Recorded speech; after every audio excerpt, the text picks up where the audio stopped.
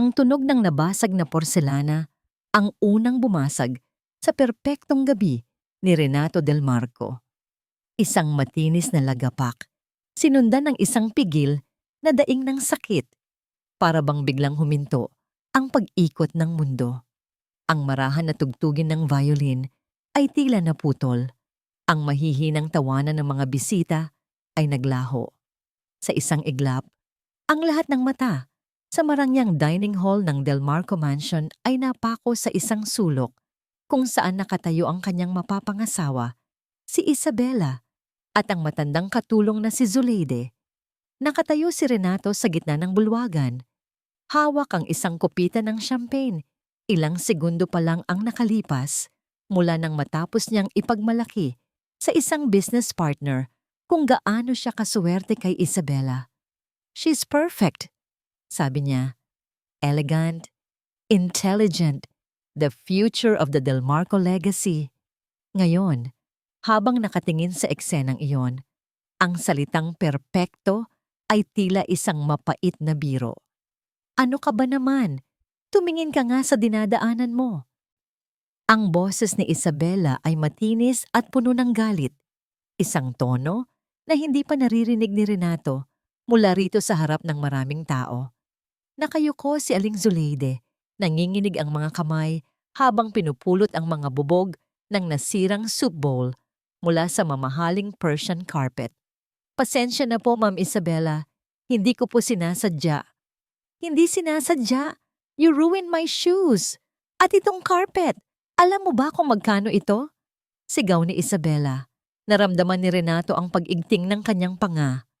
Ang mga bisita nila, mga bigating pangalan sa mundo ng negosyo at alta sosyedad, ay nagbubulungan na. Ito dapat ang gabi nila, isang selebrasyon bago ang kasal. Pero ngayon, ito ay nagiging isang sirko. "Isabela, calm down," mahinang sabi ni Renato. Sinubukang kontrolin ang sitwasyon, ngunit hindi siya pinansin ni Isabela. Ang buong atensyon nito ay na kay Aling Zuleide. Dapat sa mga katulad mong matandang hukluban ay hindi na pinapayagang magtrabaho dito. Pakalat-kalat lang. Isang bagay sa loob ni Renato ang biglang nanlamig. Hindi dahil sa kahihiyan sa harap ng mga bisita, kundi dahil sa laso na nasa mga salita ni Isabela. Ang babaeng pakakasalan niya, ang ina ng kanyang magiging mga anak, ay may ganitong klaseng ugali. Si Aling Zuleide ay matagal nang naninilbihan sa pamilya nila. Mula pa noong bata si Renato. Palagi itong nasa isang sulok, tahimik, magalang, at may isang kakaibang lungkot sa mga mata na noon lang niya napansin. Nakita niya ang pamumula sa kamay ni Aling Zuleide. Natapunan ito ng mainit na sabaw. "I'm so sorry, ma'am. Hayaan niyo pong linisin ko ang sapatos niyo," sabi ng matanda. Naakmang pupunasan ang sapatos ni Isabela at doon nangyari ang bagay na hinding-hindi malilimutan ni Renato. Ang bagay na tuluyang dudurog sa lahat ng paniniwala niya tungkol sa pag-ibig at sa babaeng kaharap niya. Itinabig ni Isabela ang kamay ng matanda. Pero hindi lang iyon. Sa isang kilos na puno ng pagkasuklam, kinuha ni Isabela ang isa pang soup bowl mula sa isang dumadaang waiter at sinadya itong itapon. Hindi sa sahig, kundi sa nanginginig na mga kamay ni Aling Zuleide. "Aray!" Ang sigaw na yon, kahit mahina, ay umalingaw-ngaw sa buong mansyon. Binitiwan ni Renato ang kanyang kopita. Nabingi siya sa lakas ng pagbagsak nito sa sahig na gawa sa marmol. Wala na siyang pakialam sa mga bisita. Wala na siyang pakialam sa negosyo. Wala na siyang pakialam sa reputasyon. Ang tanging nakikita niya ay ang namimilipit sa sakit na si Aling Zuleide, habang pilit na itinatago ang kamay na puno ng paso, at ang mukha ni Isabela na walang bahid ng pagsisisi, tanging pagmamataas lamang. Sa sandaling iyon, ang magandang mukha ni Isabela ay naging mukha ng isang halimaw. Ang babaeng minahal niya o inakala niyang minahal niya ay biglang naging isang estranghero na may malamig at walang kaluluwang mga mata. Naglakad siya, Hindi papalapit kay Isabela para pagalitan ito, kundi papalapit kay Aling Zuleide. Dahan-dahan siyang lumuhod, hinawakan ang braso ng matanda, at tiningnan ng pinsala. "Renato, what do you think you're doing?" May pagbabantang tanong ni Isabela. "Tumayo ka dyan! Nakakahiya!" Hindi siya lumingon. Ang mga mata niya ay nakatuon sa mga mata ni Aling Zuleide na puno ng luha. "Okay lang po ba kayo?" Mahinang tanong niya. Umiling lang ang matanda, hindi makapagsalita. Dahan-dahang tumayo si Renato. Hinarap niya ang katahimikan ng bulwagan, hinarap niya ang daan-daang matang nakatingin sa kanya. At sa wakas, hinarap niya si Isabela. Walang emosyon ang kanyang mukha, ngunit ang kanyang boses ay malamig at matalim na parang yelo. "Tapos na tayo, Isabela." Isang kolektibong paghinga ng pagkagulat ang narinig mula sa mga bisita. Nanlaki ang mga mata ni Isabela, hindi makapaniwala. "What did you say?" Inulit ni Renato, mas malinaw, mas matatag, para marinig ng buong mundo. "The wedding is off." Nasa loob si Zuleide ng kanyang maliit na silid sa servants' quarters, ngunit ang ingay mula sa engrandeng bulwagan ay tila umabot pa rin sa kanya. Hindi ang ingay ng musika o tawanan, kundi ang ingay ng katahimikan, isang nakabibinging katahimikan na sumunod sa mga huling salita ni Senyorito Renato. "The wedding is off." Ang hapdi sa kanyang kamay na napaso ay wala sa kalingkingan ng hapdi na nararamdaman niya sa kanyang dibdib.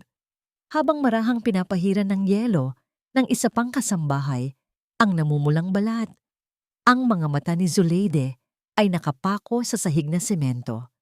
Ang bawat salitang binitawan ni Isabela kanina ay parang mga bubog na tumusok sa kanyang pagkatao. Matandang hukluban, pakalat-kalat, sanay na siyang maliitin, sanay na siyang ituring na parang anino lamang sa malaking bahay na yon. Iyon ang papel na pinili niya, ang maging isang anino para manatiling malapit sa liwanag ng kanyang buhay, ang kanyang anak. Pero ang ginawang pagtatanggol ni Renato, iyon ang hindi niya kinaya. Isang bahagi sa puso niya ang umawit sa tuwa. Nakita niya sa mga mata ng kanyang anak ang anino ng ama nito. Matapang, makatarungan, at handang isakripisyo ang lahat para sa pinaniniwalaan nitong tama. Ngunit mas malakas ang takot na gumapang sa kanyang kaluluwa. Isinakripisyo ni Renato ang kasunduan, ang negosyo, ang kasal na pinaghandaan ng ilang taon para sa kanya. Isang hamak na katulong. Hindi, Zuleide. Saway niya sa sarili. Hindi ka lang katulong. At iyon ang panganib. Isang alaala ang biglang sumilay sa kanyang isipan. Kasing linaw ng nangyari kanina. Isang gabi, maraming taon na ang nakalipas. Karga-karga niya ang isang maliit na batang lalaki. Humihikbi dahil sa isang masamang panaginip. Hinaplos niya ang buhok nito. "Shh, anak. Nandito lang si nanay." Bulong niya. Ang mga salitang iyon ay para sa kanila lang dalawa. Ang sikreto nilang dalawa. Sa harap ng mundo, siya ay yaya. Ngunit sa dilim ng gabi, sa loob ng kwarto ng bata, siya ay ina. Naalala niya ang kanyang asawang si Alejandro, ang ama ni Renato. Ang huling habilin nito sa kanya bago ito mawala. "Alagaan mo ang anak natin, Zuleide. Kahit anong mangyari, protektahan mo siya." At iyon ang ginawa niya. Pinrotektahan niya si Renato sa paraang alam niya. Ang manatili sa malayo, ang maging isang estranghero sa sarili niyang anak para mailayo ito sa panganib na kaakibat ng kanilang nakaraan. Ang pinto ay marahang bumukas at iniluwan nito si Renato. Ang mga mata nito ay puno ng pag-aalala. Sa isang iglap, para siyang bumalik sa pagiging maliit na bata na takot sa masamang panaginip. "Aling Zuleide, kumusta na po ang kamay ninyo?" Tanong nito. Ang boses ay malumanay. Naramdaman niya ang pag-init ng kanyang mga mata. Isang pamilyar na hapdi na hindi dulot ng paso, kundi ng mga luhang pinipigilan. Gusto niyang sabihin, "Okay lang ako anak, ikaw ang inaalala ko." Pero ang lumabas sa bibig niya ay, "Ayos lang po, senyorito. Pasensya na po sa gulo." Umiling si Renato. Umupo ito sa gilid ng kanyang kama, isang bagay na hindi pa nito kailanman ginawa. Inabot nito ang isang maliit na bote ng ointment. "Ako na po," sabi ni Renato. "Naku, senyorito, wag na po. Nakakahiya." Pilit niyang binawi ang kanyang kamay, ngunit mas mahigpit ang hawak ni Renato. Kumuha ito ng kaunting gamot at maingat na ipinahid sa kanyang balat. Ang pagdampi ng mga daliri nito ay nagpadala ng kuryente sa buong katawan ni Zulaide. Ito ang kanyang anak, dugo ng kanyang dugo, laman ng kanyang laman, ngunit isang pader na hindi magigiba ang nakapagitan sa kanila. "Hindi niyo po kasalanan yon," sabi ni Renato. Hindi nakatingin sa kanya, nakatuon lang sa ginagawa. Ang nangyari kanina, ipinakita lang nito kung sino talaga si Isabela. At nagpapasalamat ako na nalaman ko bago pa mahuli ang lahat. Tumulo ang isang butil ng luha mula sa mata ni Zuleide. Pinahid niya ito agad, umaasang hindi nakita ni Renato. Matapos lagyan ng gamot ang kanyang kamay, tumayo na si Renato. Bago ito umalis, tumigil ito sa may pinto. "Magpahinga na po kayo. Huwag niyo na pong isipin ang mga Villaroman. Ako na ang bahala sa kanila." Pagkasara ng pinto, doon na humagulgol si Zuleide. Yakap-yakap ang sarili, nanginginig sa pinaghalong sakit, tuwa at takot. Ang pagiging bahala ni Renato sa mga Villaroman ang pinakakinatatakutan niya. Hindi kilala ng kanyang anak ang mga kalaban nito. Sila ay mga ahas na nag-aabang lang ng tamang panahon para tumuklaw.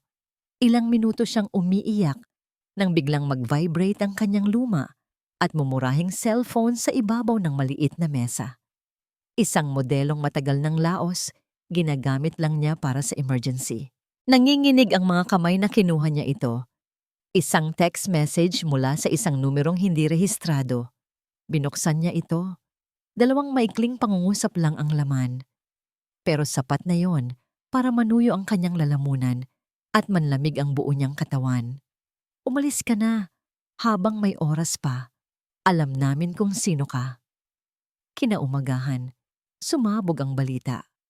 Ang pangalan ni Renato Del Marco ay nasa lahat ng dyaryo, social media at business news channels.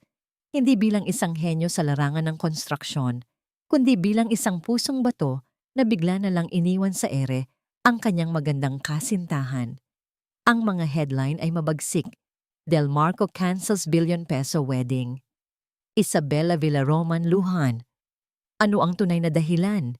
Nakaupo si Renato sa kanyang malawak na opisina sa pinakatuktok ng Del Marco Tower, ang gusaling simbolo ng kanyang kapangyarihan. Mula dito, tanaw niya ang buong syudad. Isang kaharian na siya mismo ang tumulong na buuin.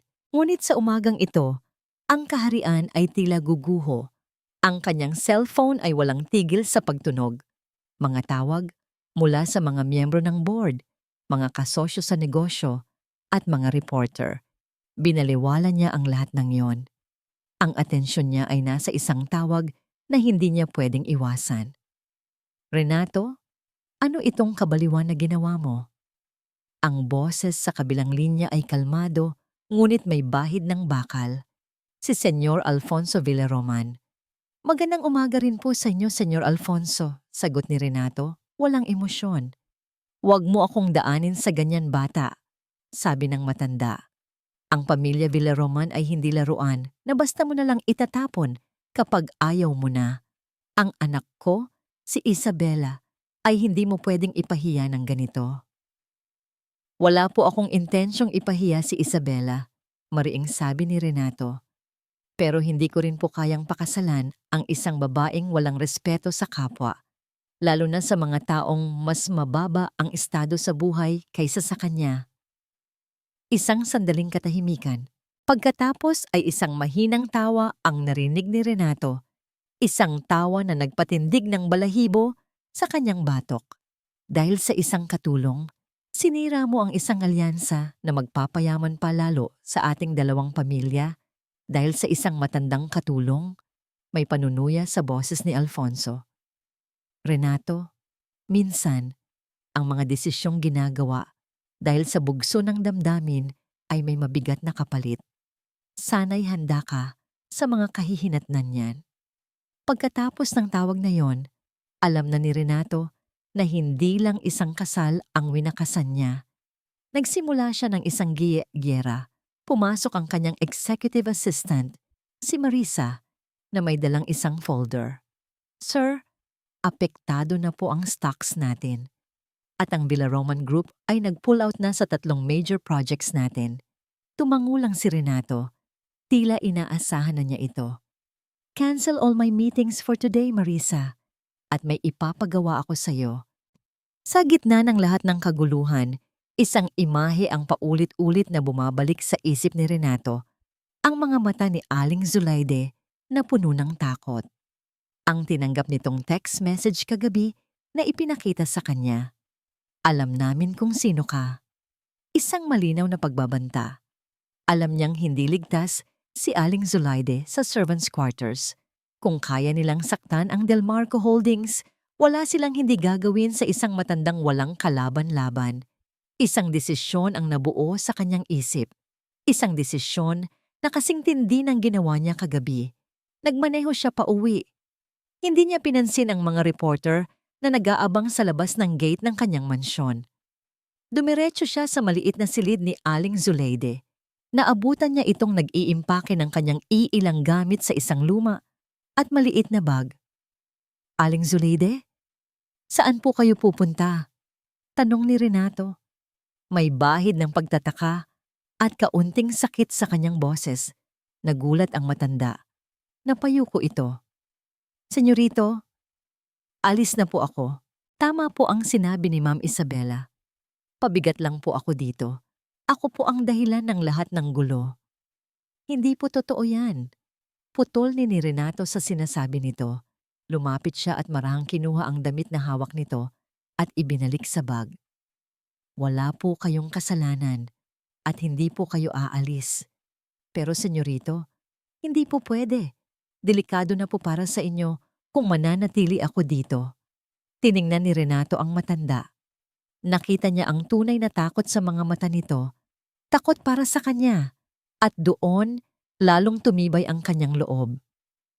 Hindi po tayo maghihiwalay ng tirahan, Aling Zulaide. Sabi niya, ang boses ay malumanay, ngunit pinal. Lilipat po kayo ng bahay. Sasama po kayo sa akin. Nanlaki ang mga mata ni Zulaide. Saan po? Saan po tayo pupunta? Sa penthouse ko, sa Delmarco Tower. Doon, walang sino mang makakagalaw sa inyo. Doon, mababantayan ko kayo. Naku, senyorito, hindi po ako karapat-dapat doon. Isa lang po akong hamak na. Hinawakan ni Renato ang 2 kamay nito. Ang isa ay may benda pa dahil sa paso. Hindi po kayo hamak lang. Matagal na po kayo sa pamilya. Ituring niyo na pong utang na loob ko ito sa inyo. Sa lahat ng taon ng paninilbihan niyo. Hindi pa rin kumbinsido si Zule. Ang pag-aalala sa mukha nito ay hindi para sa sarili, kundi para kay Renato. Pero ang mga tao, ang sasabihin nila. Sa sandaling iyon, isang bagay na hindi inaasahan ang nangyari. Isang bagay na nagpagulat hindi lang kay Zulaide, kundi pati na rin kay Renato. Hinaplos niya ang pisngi ng matanda, 1 kilos na puno ng paglalambing na hindi niya alam kung saan nanggaling. Tinitigan niya ito sa mata at sa hindi maipaliwanag na dahilan, ang mga salitang ito ang lumabas sa kanyang bibig na tila galing sa kaibuturan ng kanyang kaluluwa. Hindi ako papayag. Mula ngayon, ako ang mag-aalaga sa inyo. Nanay. Natigilan silang 2. Ang salitang nanay ay lumutang sa hangin sa pagitan nila. Puno ng bigat, puno ng kahulugan, puno ng mga tanong na kapwa sila natatakot sagutin. Ang penthouse ni Renato Delmarco ay isang palasyo sa kalangitan. Napakalawak nito na may mga dingding na gawa sa salamin na nagbibigay ng 360-degree na tanawin ng syudad sa ibaba. Ang mga kasangkapan ay moderno at minimalist. Bawat isa ay mukhang mas mahal pa sa kabuuang ipon ni Zuleide sa buong buhay niya. Nakatayo si Zuleide sa gitna ng sala, yakap-yakap ang kanyang maliit na bag na puno ng damit. Tila isang mangingisda na biglang napadpad sa gitna ng isang hari-harian. "Ito po ang magiging silid ninyo," sabi ni Renato. Binubuksan ng isang pinto patungo sa isang guest room na mas malaki pa sa dating silid niya sa mansyon. May sarili itong banyo at isang malaking bintana na nakaharap sa pagsikat ng araw. "Senyorito, sobra-sobra na po ito," halos pabulong na sabi ni Zuleide. Ngumiti si Renato, isang nangiting pilit na hindi umabot sa kanyang mga mata. "Renato na lang po. At hindi po ito sobra. Kulang pa po ito." Sa mga sumunod na araw, isang kakaibang routine ang nabuo sa pagitan nilang dalawa. Sa umaga, si Renato mismo ang naghahanda ng almusal bago siya pumasok sa opisina. Madalas ay lugaw, ang tanging alam niyang lutuin na madali at masustansya. Nakaupo sila sa mahabang dining table na may 10 upuan, ngunit silang dalawa lang ang kumakain. Ang katahimikan ay puno ng mga salitang hindi masabi. Sa gabi, pag-uwi ni Renato mula sa isang maghapong pakikipaglaban sa mga problemang dulot ng mga Bilaroman, palagi niyang dinadatnan si Zuleide na naghihintay sa kanya. Ang hapunan ay laging nakahain, mga simpleng pagkaing Pilipino na nagpapaalala kay Renato sa kanyang kabataan. Isang panahong halos kinalimutan na niya. Isang gabi, habang naghahapunan sila ng sinigang, biglang napatigil si Renato sa pagsubo. Tinitigan niya si Zuleide. "Paano niyo po nalaman?" tanong niya. "Ang alin, senyor? Renato?" "Napaborito ko ang sinigang na may maraming gabi para lumapot ang sabaw." Ngumiti si Zuleide, isang matamis ngunit malungkot na ngiti. "Noong bata ka pa, iyan ang palagi mong hinihiling sa akin na iluto." Natigilan si Renato. Pilit niyang inaalala, ngunit ang mga alaala niya noong bata ay malabo. Ang natatandaan lang niya ay ang malaking bahay, ang kanyang abogadong tiyahin na nagpalaki sa kanya, at ang palaging pagkawala ng kanyang ama dahil sa trabaho.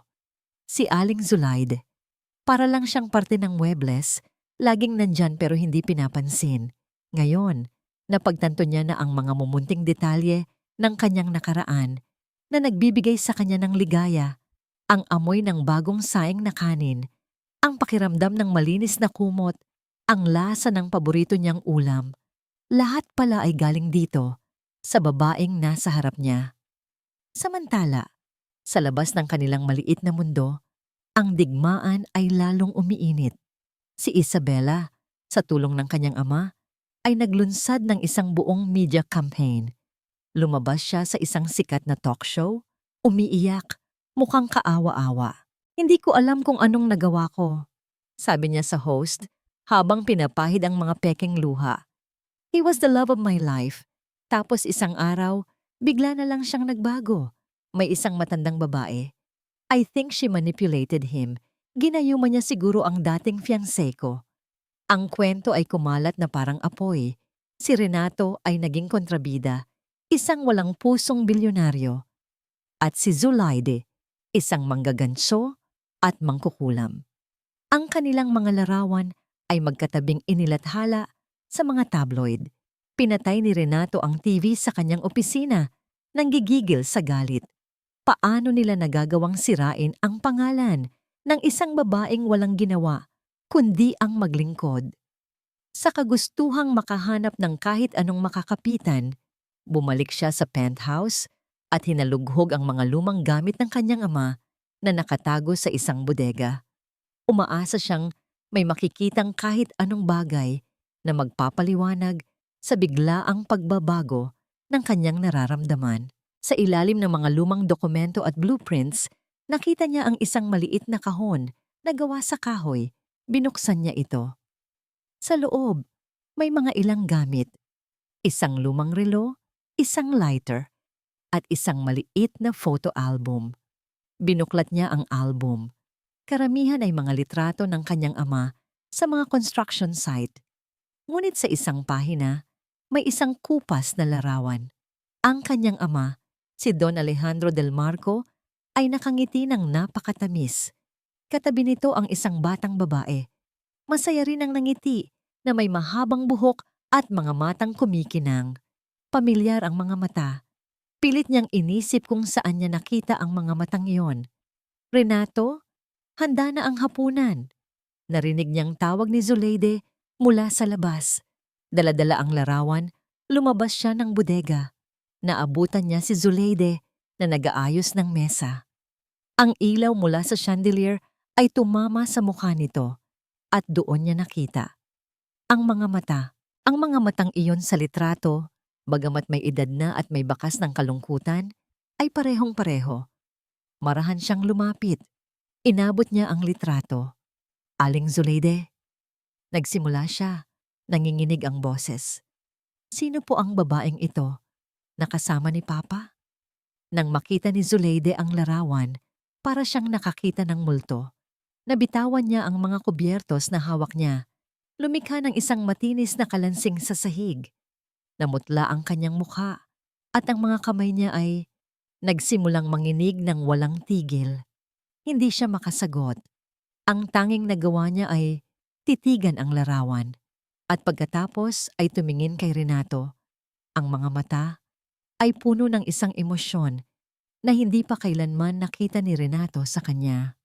Purong takot at pighati. Ang litratong iyon, para kay Zuleide, ang kapirasong papel na yon ay hindi lang isang larawan. Isa itong bintana pabalik sa isang buhay na matagal na niyang ibinaon sa limot. Isang buhay kung saan siya ay hindi si Aling Zuleide, ang anino sa mansyon, kundi si Zule, ang nag-iisang babaeng minahal ni Alejandro del Marco. Nanginginig ang mga kamay na hinawakan niya ang litrato. Bawat detalye ay sariwa pa rin sa kanyang isipan. Ang parke, kung saan iyon kinunan.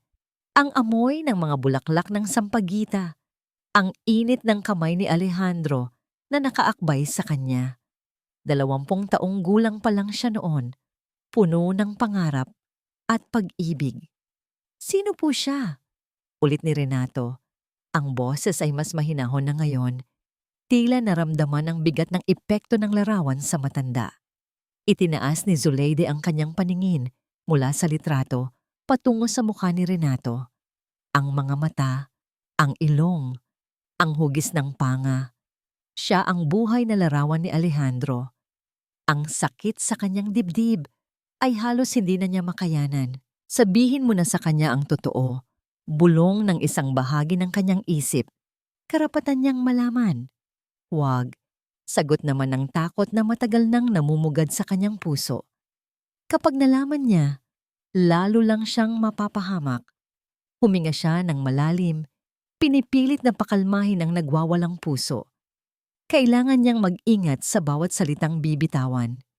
Isang kaibigan, halos pabulong niyang sagot. Isang matalik na kaibigan ng iyong ama.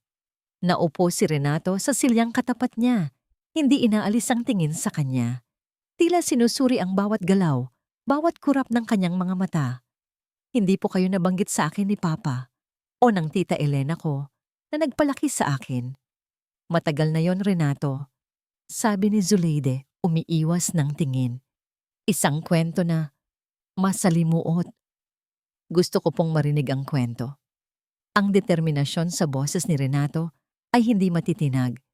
Alam ni Zuleide na hindi ito titigil hanggat hindi nakakakuha ng sagot. Kaya't nagsimula siyang magkwento, ngunit sa paraang ligtas.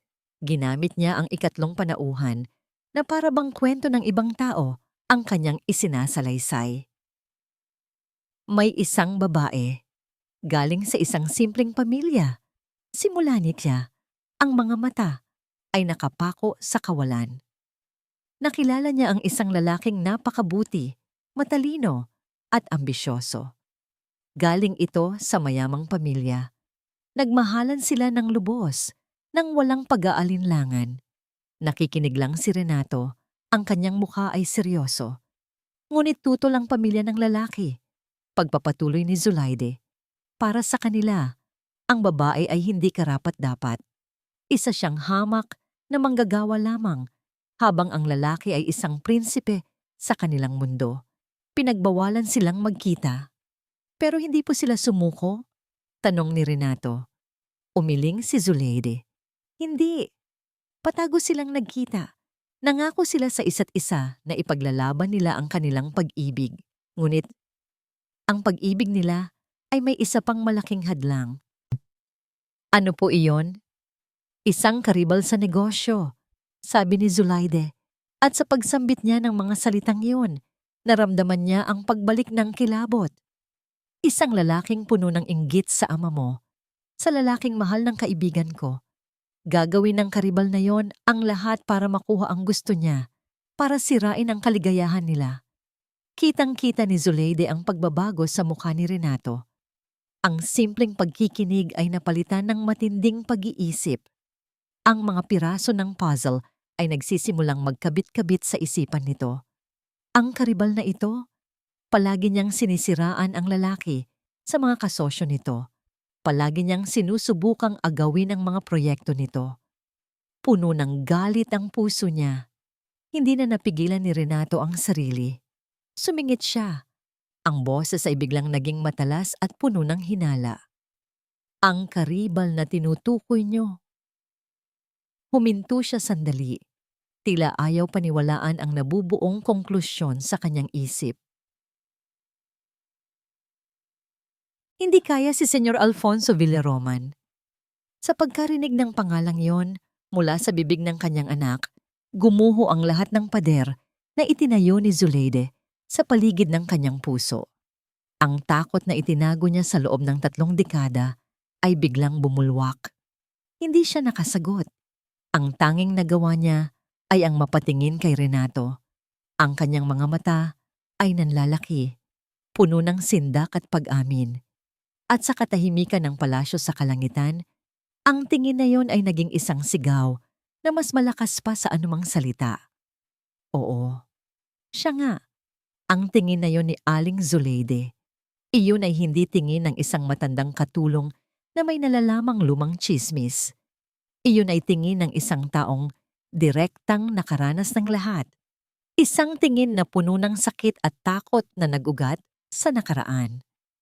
Para kay Renato, ang tingin na iyon ang huling piraso ng puzzle na kailangan niya. Alfonso Villaroman, ang pangalang yon ay hindi na lang pangalan ng kanyang dating magiging biyenan. Ito na ngayon ang pangalan ng isang kaaway na matagal nang nagkukubli sa dilim. Kinabukasan, hindi pumasok sa opisina si Renato. Sa halip, ginugol niya ang buong araw sa kanyang personal na library, kasama ang isang private investigator, isang retiradong pulis na pinagkakatiwalaan ng kanyang ama noon pa man. Mang Tonyo, gusto kong halongkatin niyo ulit ang lahat ng file tungkol sa pagkamatay ng papa. Utos ni Renato habang inilalatag sa mesa ang mga lumang police report at newspaper clippings. Pero Sir Renato, na-close na po ang kasong yan. It was ruled as an accident, sabi ng matandang investigador habang sinusuot ang kanyang salamin. Nalaglag po ang isang scaffolding sa construction site. Marami pong nakakita. Maraming nakakita. Pero walang nag-imbestiga kung sino ang huling nag-check sa safety standards ng scaffolding na yon. Giit ni Renato. Gusto kong malaman kung sinong contractor ang in charge doon. Sino ang mga foreman. At higit sa lahat, gusto kong malaman kung anong proyekto ang pinag-aagawan ng kumpanya natin at ng Villaroman Group noong panahong yon. Habang abala si Mang Tonyo sa pag-aaral ng mga dokumento, si Renato naman ay nakatutok sa kanyang laptop. Hinahanap ang lahat ng impormasyon tungkol kay Senyor Alfonso, ang kanyang kasaysayan, ang kanyang mga unang negosyo. At doon, may nakita siyang isang maliit, halos nakalimutang detalye. Ang unang kumpanya ni Alfonso Villaroman ay nalugi matapos matalo sa bidding para sa isang malaking government project. Isang proyektong napanalunan ng Delmarco Holdings, isang buwan bago mamatay si Don Alejandro. Ang motibo. Nariyan na. Ang motibo. Habang papalalim ang gabi, papalapit si Renato sa isang nakakakilabot na katotohanan. Ngunit kasabay nito, isang pakiramdam ng panganib ang bumabalot sa kanya. Kung totoo ang hinala niya, hindi lang isang simpleng business rivalry ang kinakaharap niya. Nakikipaglaban siya sa isang mamamatay tao. Samantala, sa guest room, hindi mapakali si Zuleide. Naririnig niya ang mahihinang usapan mula sa library. Nakikita niya ang anino ni Renato at ng isa pang lalaki. Alam niyang kumikilos na ang kanyang anak. Alam niyang papalapit na ito sa apoy. Pinagtatalunan ng isip at puso niya ang pangako niya kay Alejandro na manahimik para sa kaligtasan ni Renato. At ang katotohanang ang pananahimik niya ngayon ang siyang lalong maglalagay dito sa panganib. Hindi na niya kaya. Hindi na niya kayang magtago sa likod ng kasinungalingan habang ang sarili niyang anak ay bulag na, sumusuong sa lungga ng mga ahas. Kumatok siya sa pinto ng library. Natigilan ang dalawang lalaki sa loob. Aling Zulaide? Tanong ni Renato. Nagtataka. Pumasok si Zulaide. Nanginginig ang buong katawan. Ngunit may bagong determinasyon sa kanyang mga mata. Renato, kailangan nating mag-usap. Tayong dalawa lang. Naintindihan agad ni Mang Tonyo. Nagpaalam ito at lumabas. Naiwan silang dalawa. Ang katahimikan ay mas mabigat kaysa dati. Alam ko na po ang iniisip ninyo, sabi ni Renato. Sinubukang pag-aanin ang loob ng matanda. Na delikado ang ginagawa ko, pero kailangan ko pong malaman ang totoo para sa papa. Tama ka, sabi ni Zuleide, ang boses ay basag. Kailangan mong malaman ang lahat ng katotohanan. Lumapit si Renato. Kung may nalalaman po kayo, kahit gaano kasakit, sabihin niyo po sa akin, bakit po ganito na lang ang galit ni Senyor Alfonso sa pamilya natin? Ano po ang kinalaman ninyo sa lahat ng ito? Tumingin si Zuleide sa mga mata ni Renato. Ang mga matang yon na minana nito sa kanyang ama. Ang mga matang minahal niya. At ang mga matang kinailangan niyang talikuran. Hindi lang galit sa negosyo ang dahilan, Renato. Nagsimula siyang magpaliwanag habang umaagos ang mga luha na matagal niyang kinimkim. Inggit ang ugat ng lahat. Inggit sa papa mo. Dahil nakuha niya ang lahat ng gusto niya. Ang tagumpay. At ang babaeng pareho nilang minahal. Ang babae sa litrato, hula ni Renato. Ang kaibigan niyo po. Tumango si Zuleide. Si Alfonso, na humaling siya sa babaeng yon. Ngunit ang puso ng babae ay na kay Alejandro na. Nang malaman ni Alfonso na hindi niya makukuha ang gusto niya, sinumpa niyang sisirain niya ang buhay nilang dalawa. Nasaan na po ang babaeng yon ngayon? Tanong ni Renato. Bakit po siya nawala? Dito na bumigay ang lahat ng lakas ni Zuleide. Napahagulgol siya. Isang iyak na naglalaman ng 3 dekada ng sakit, pangungulila at pagsisisi. Lumapit si Renato. Inalalayan siya. Nag-aalala siya sa kalagayan ng matanda. Salamat po sa lahat, Aling Zuleide, sabi ni Renato habang hinahaplos ang likod nito. Sinusubukang i-comfort ito sa paraang alam niya. Salamat po sa katapatan ninyo sa pamilya ko. Ang mga salitang iyon, katapatan sa pamilya, ang siyang nagbigay kay Zuleide ng huling lakas na kailangan niya. Itinigil niya ang kanyang pag-iyak. Dahan-dahan siyang humiwalay sa pagkakayakap ni Renato. Hinawakan niya ang kamay nito, mahigpit, na para bang ayaw na niyang bitawan pa. Tumingala siya at tinitigan niya ng diretso ang naguguluhang mga mata ng kanyang anak. Hindi lang katapatan, Renato. Ang boses niya ay nanginginig ngunit malinaw. Ang bawat salita ay may bigat ng katotohanan. Pagmamahal ng isang ina. Natigilan si Renato. Hindi niya maintindihan Ako ang tunay mong inaanak. Ako ang tunay mong inaanak. Ang anim na salitang yon ay parang isang malakas na kulog na yumanig sa buong mundo ni Renato Del Marco. Ang hangin ay tila nawala sa silid. Ang tibok ng kanyang puso ay huminto. Ang tanging naririnig niya ay ang ugong sa kanyang mga tainga. Binitiwan niya ang kamay ni Zulaide na para siyang napaso. Naurong siya ng isang hakbang, pagkatapos ay isa pa. Ang mukha niya ay puno ng pagkalito, pagkabigla, at hindi paniniwala. Anong sabi niyo? Tanong niya, kahit na narinig niya ito ng napakalinaw. Patawarin mo ako, anak, sabi ni Zulaide, habang patuloy na umaagos ang mga luha sa kanyang mga pisngi. Patawarin mo ako kung itinago ko ito ng napakatagal. Ina. Ang salitang yon, ang ina ni Renato ay namatay nung ipinapanganak siya. Iyon ang kwentong kinalakihan niya. Iyon ang sinabi sa kanya ng kanyang tita Elena. Iyon ang katotohanang alam niya. Hindi. Umiling si Renato. Ang boses ay naging isang pabulong na sigaw. Hindi totoo yan. Namatay ang nanay ko. Kasinungalingan yan. Hindi, Renato. Umiling si Zulaide. Ang sakit ay bakas sa kanyang buong mukha. Pinaniwala ka nila sa kasinungalingang yon para protektahan ka, para ilayo ka kay Alfonso. Ang pangalan ni Alfonso, iyon ang nagpabalik kay Renato sa realidad. Ang galit ay biglang pumalit sa kanyang pagkalito. Galit sa mga Villaroman, galit sa lahat ng kasinungalingan, at isang maliit, nakakatakot na bahagi ng galit na yon ay para sa babaeng nasa harap niya. Kung totoo man yan, sabi niya, ang boses ay malamig at walang emosyon. Bakit ngayon lang? Bakit hinayaan niyo akong lumaki na akala ko ay ulila na ako sa ina?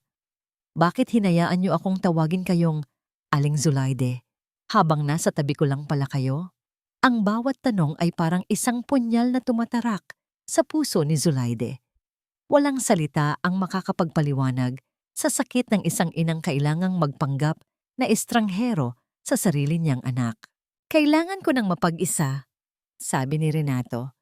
Bago tumalikod at mabilis na lumabas ng library, iniwan si Zulaide na humahagulgol mag-isa sa gitna ng mga libro at mga lihim ng nakaraan. Nagkulong si Renato sa kanyang silid. Umupo siya sa dilim. Pinipilit na iproseso ang lahat. Ang kanyang buong pagkatao, ang kanyang buong buhay, ay nakabase pala sa isang malaking kasinungalingan. Sino siya? Siya ba ang anak ni Don Alejandro at ng isang babaeng namatay na? O siya ba ang anak ni Zulaide, ang katulong na palagi niyang binabaliwala? Ang mga alaala ay nagsimulang bumalik. Ang pag-aalaga sa kanya ni Zulaide noong may sakit siya. Ang mga paborito niyang pagkain na laging nakahanda. Ang mga malulungkot na mata nito na laging nakamasid sa kanya mula sa malayo. Lahat ng yon. Hindi pala yon katapatan. Pagmamahal pala yon. Pagmamahal ng isang ina. Habang siya ay nalulunod sa kanyang magulong isipan at damdamin, hindi niya alam na sa labas, ang kaaway ay gumawa na ng kanilang pinakamabagsik na hakbang. Kinaumagahan, ginising siya ng isang galit na tawag mula sa kanyang Chief Financial Officer. Renato, anong nangyayari? Lahat ng bank accounts ng kumpanya na freeze. May court order na inilabas ang mga Villaroman.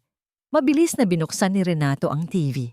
At doon, sa lahat ng news channels, ang mukha ni Senyor Alfonso Villaroman ang bumungad sa kanya. Kalmado itong nagsasalita sa isang press conference. Labis po kaming nag-aalala para kay G. Renato Del Marco, sabi ng matanda. Ang mukha ay puno ng pekeng pag-aalala. Mula nang kansilahin niya ang kasal, naging erratic na ang kanyang pag-uugali. Nag-file kami ng petition sa korte para pansamantalang i-manage ang assets ng Del Marco Holdings habang si G. Del Marco ay sumasailalim sa isang mental health evaluation. Ito ay para na rin sa kapakanan ng mga empleyado at stockholders. Isang kasinungalingan, isang matinding paninira. Pero hindi pa yon ang pinakamasama. Pagkatapos ng balita tungkol sa kumpanya, isang special report ang sumunod. Eksklusibo, sino si Zuleide Reyes? Lumabas sa screen ang isang luma at pangit na mugshot ni Zuleide. Isang reporter ang nagsasalita. Ayon sa aming nakalap na impormasyon, si Zuleide Reyes, ang babaeng sinasabing dahilan ng hiwalayang Delmarco Villaroman, ay mayroon palang criminal record.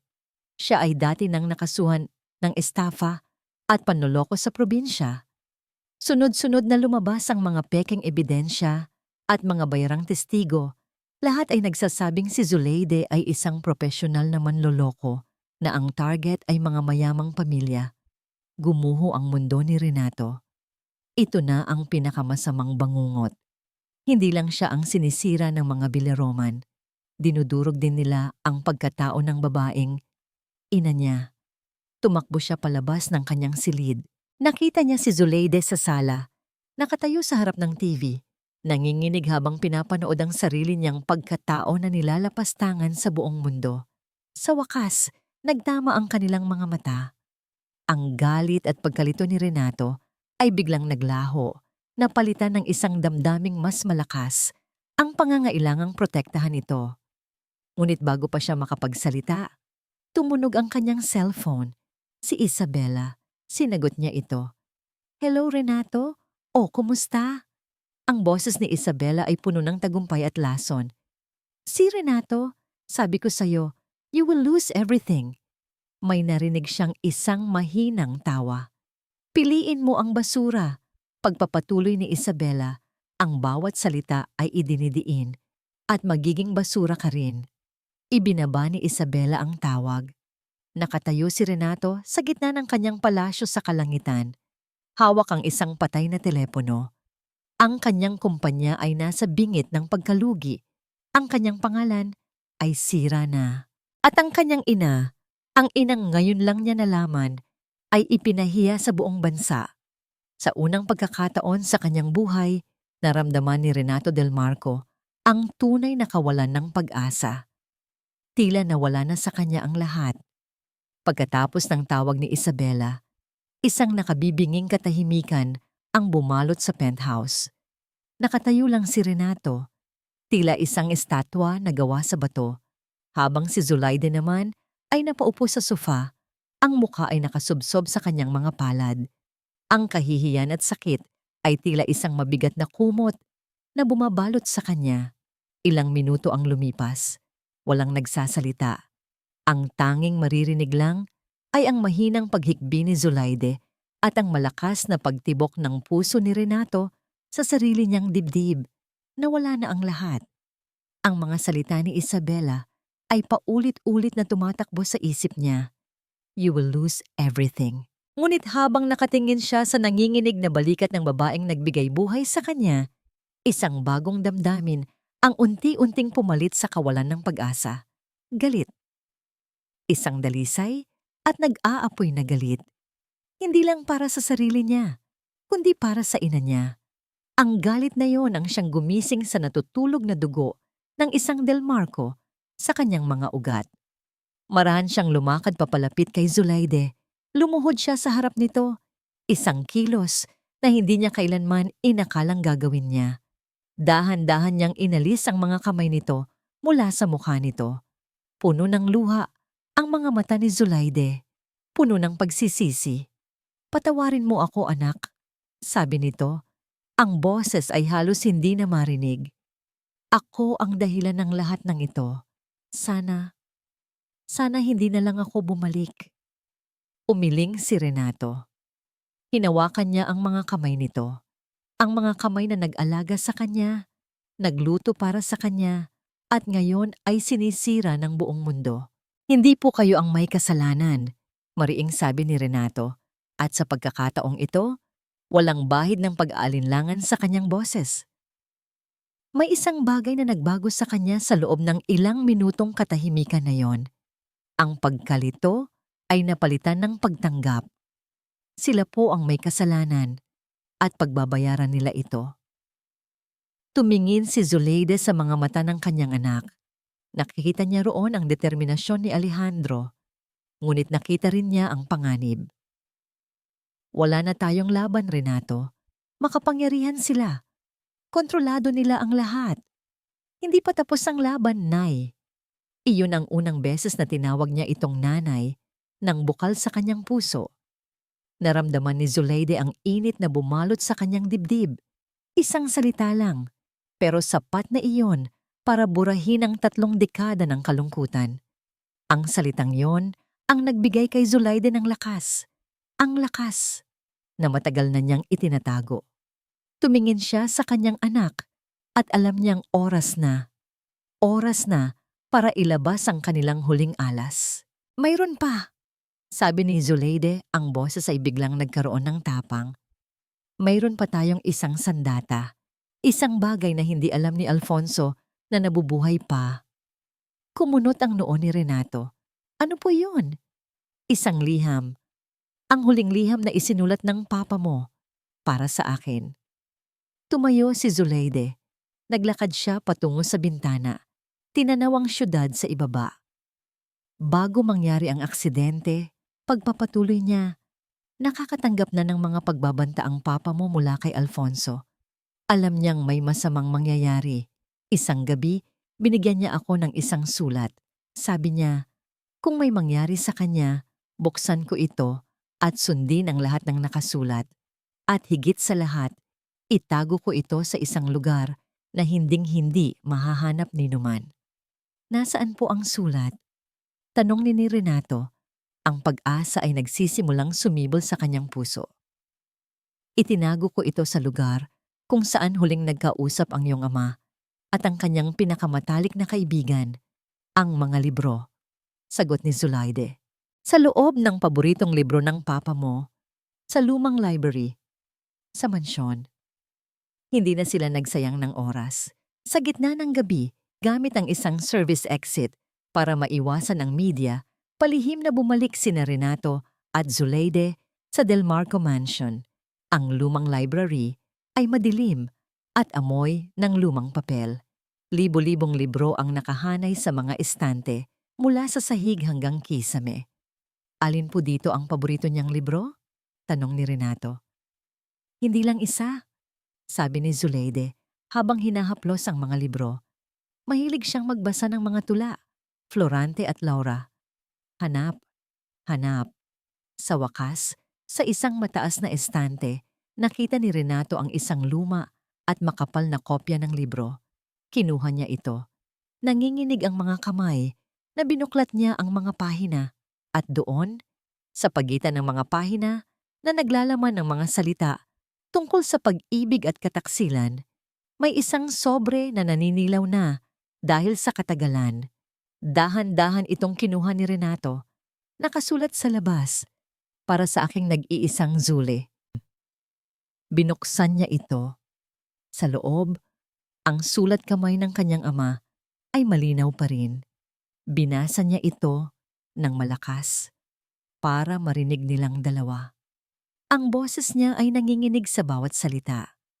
Ang sulat ay puno ng pagmamahal, ng mga pangarap na hindi natupad, at ng isang malagim na babala. At sa dulo, ang mga huling pangungusap na siyang magiging mitya ng kanilang paghihiganti. Kung may mangyari sa akin, alamin mo na si Alfonso Villaroman ang may gawa. Huwag mo silang patawarin, Zuleide. Ipaglaban mo ang anak natin. Niyakap ni Renato ang kanyang ina. Ang piraso ng papel na yon sa kanyang kamay ay hindi lang isang liham. Isa itong testamento, isa itong pangako, at isa itong espada. Ang Del Marco Holdings Boardroom na karaniwang lugar para sa mga desisyon tungkol sa milyon-milyong pisong kontrata ay naging isang korte para sa paghuhukom. Kinabukasan, gamit ang natitira niyang impluwensya, nagpatawag si Renato ng isang emergency press conference. Inimbitahan niya ang lahat ng malalaking pangalan sa media. Ngunit hindi lang sila ang dumating. Nandoon din ang mga miyembro ng board ng Del Marco, ang kanilang mga mukha ay puno ng pag-aalala. At, gaya ng inaasahan ni Renato, dumating din sina Senyor Alfonso at Isabela Villaroman, kasama ang kanilang mga abogado. Pumasok sila sa silid na may pagmamataas, handang panoorin ang huling pagbagsak ng kanilang kaaway. "Ano na naman itong drama mo, Renato?" tanong ni Isabela, habang naglalakad papalapit sa kanya. Sapat lang ang lakas para silang dalawa ang magkarinigan. "Akala ko ba nagpapagaling ka na sa mental hospital?" Hindi siya pinansin ni Renato. Ang mga mata niya ay nakatuon kay Senyor Alfonso na nakangiti ng mapanlait. Naupo si Renato sa dulo ng mahabang mesa. Sa kanyang kanan, nakaupo si Zuleide.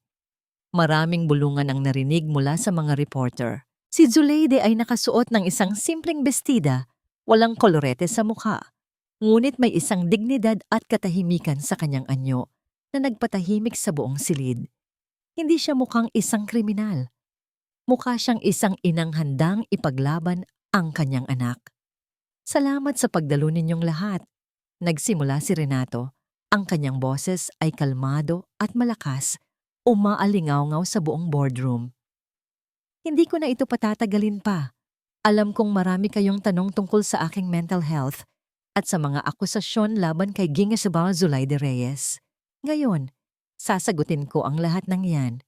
Nagsimula siyang magsalaysay, hindi bilang isang CEO, kundi bilang isang anak.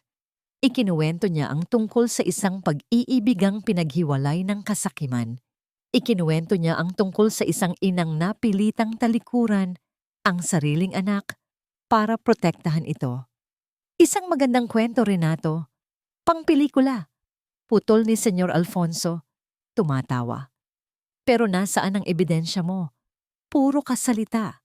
Ito na ang hinihintay ni Renato.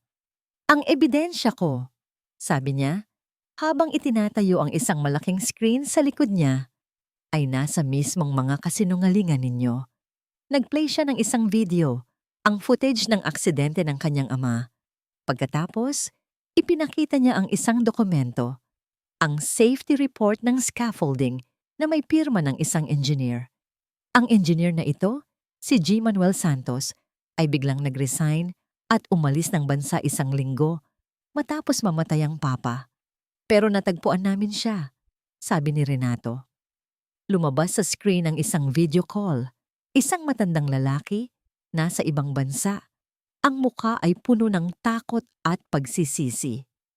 "Inutusan po ako," sabi ni Mang Manuel, nanginginig ang boses.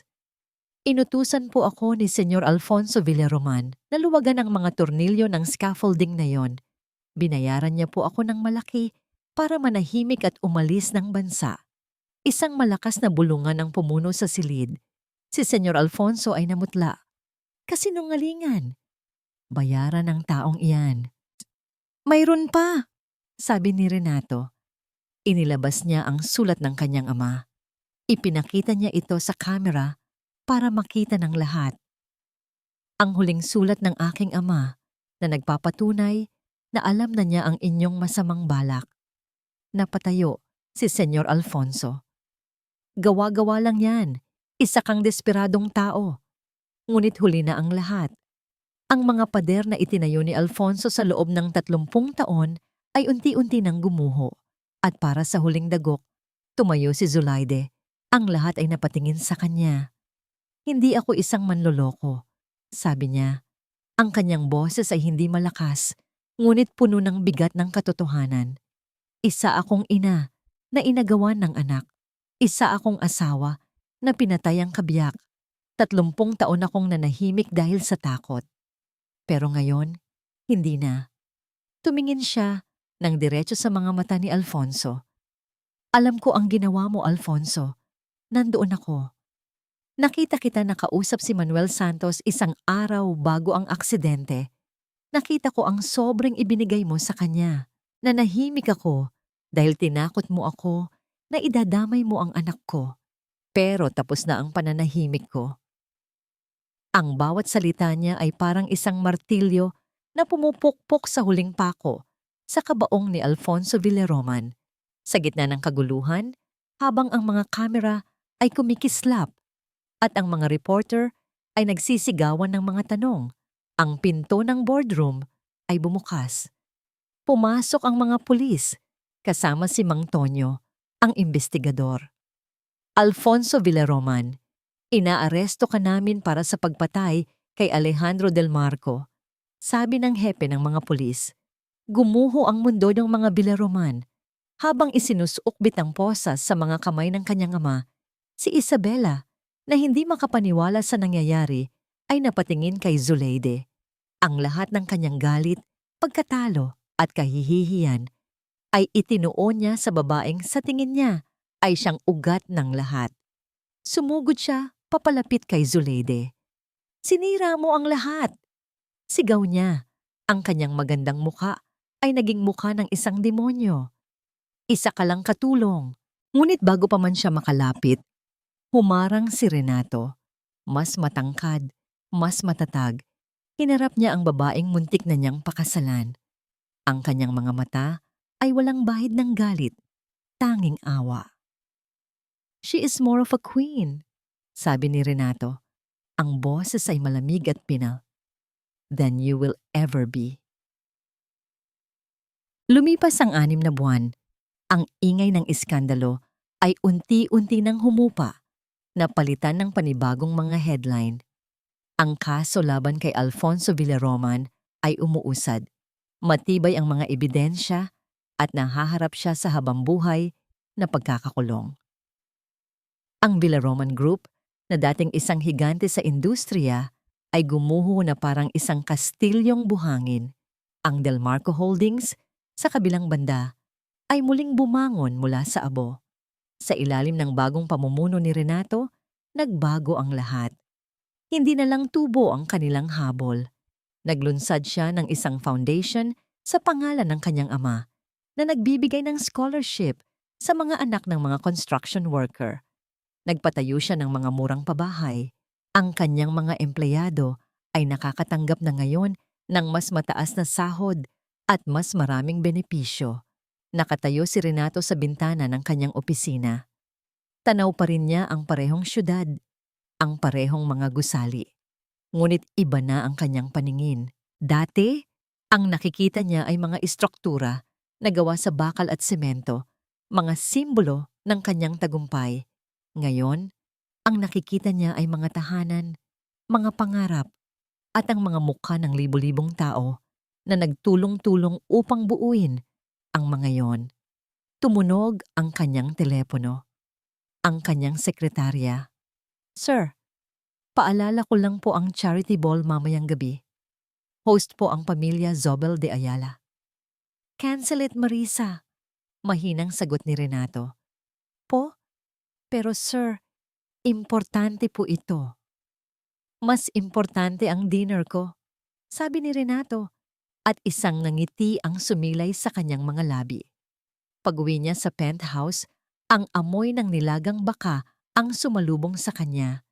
Naabutan niya si Zuleide sa kusina, abala sa paghahanda ng hapunan. Ang dating malungkot na mga mata nito ay napalitan na ng kapayapaan. Ang mga guhit sa mukha nito na dulot ng pag-aalala ay tila nabura na. Mukhang masarap yan, Nay, sabi ni Renato, sabay halik sa pisngi nito. Tamang-tama ang dating mo, anak. Maupo ka na at kakain na tayo. Masayang sabi ni Zuleide.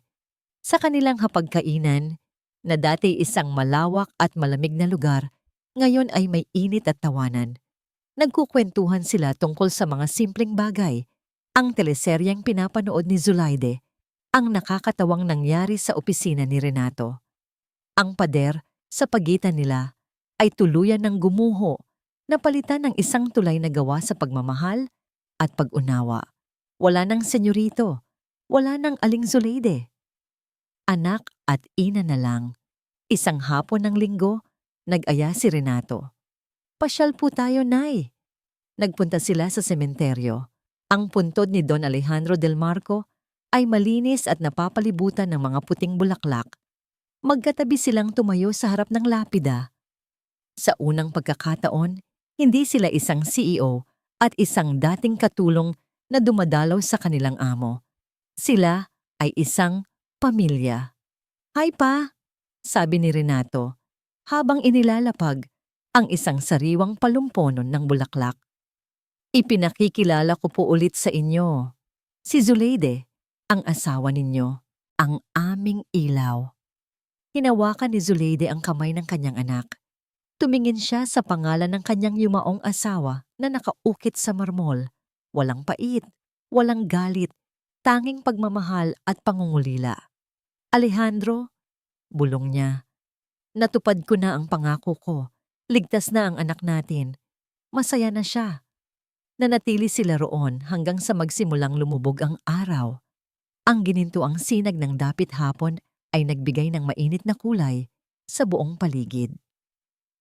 Habang naglalakad sila pabalik sa sasakyan, inakbayan ni Renato ang kanyang ina. Sumandal ito sa kanya. Sa sandaling iyon, naramdaman ni Renato ang isang kapayapaan na hindi kayang bilhin ng lahat ng pera sa mundo. Natagpuan niya ang kayamanang matagal na niyang hinahanap. Hindi ito nasa tuktok ng mga gusali o sa loob ng mga bank account. Ito ay nasa tabi niya. Ang kanyang pinagmulan, ang kanyang lakas, ang kanyang ina. Umuwi na po tayo, Nay, sabi ni Renato. Ang kanyang boses ay puno ng pagmamahal sa ating tahanan. At sa paglubog ng araw magkasama silang lumakad palayo. Ang kanilang mga anino ay nagiging isa, isang simbolo ng isang pamilyang muling nabuo, pinagtibay ng katotohanan at pinagyaman ng pag-ibig.